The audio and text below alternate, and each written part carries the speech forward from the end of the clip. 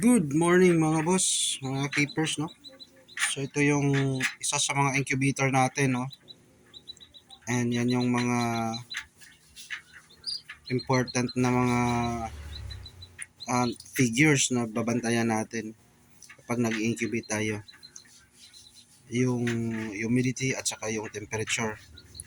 So first 18 days. Yung temperature niya, yung sa akin lang, no?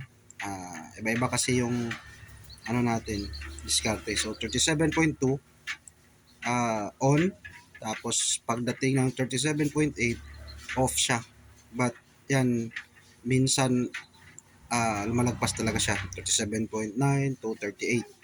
So sa humidity naman 56% to 60% for the first 18 days.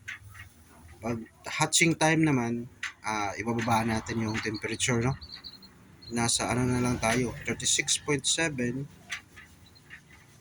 Tapos pagdating ng 37.2 na init, nag-o-off na siya. Sa humidity naman 66% to 75%. 19 to 21 days ng days ng itlog.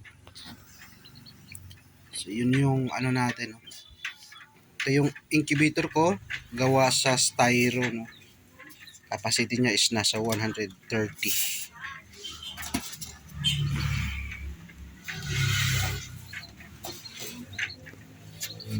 So may dalawang type ng incubator, no?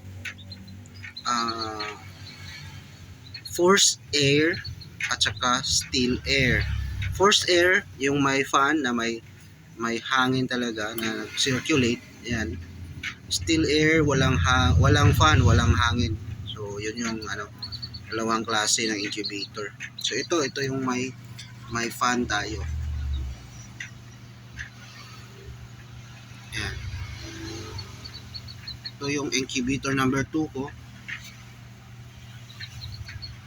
So mag-iikot na tayo.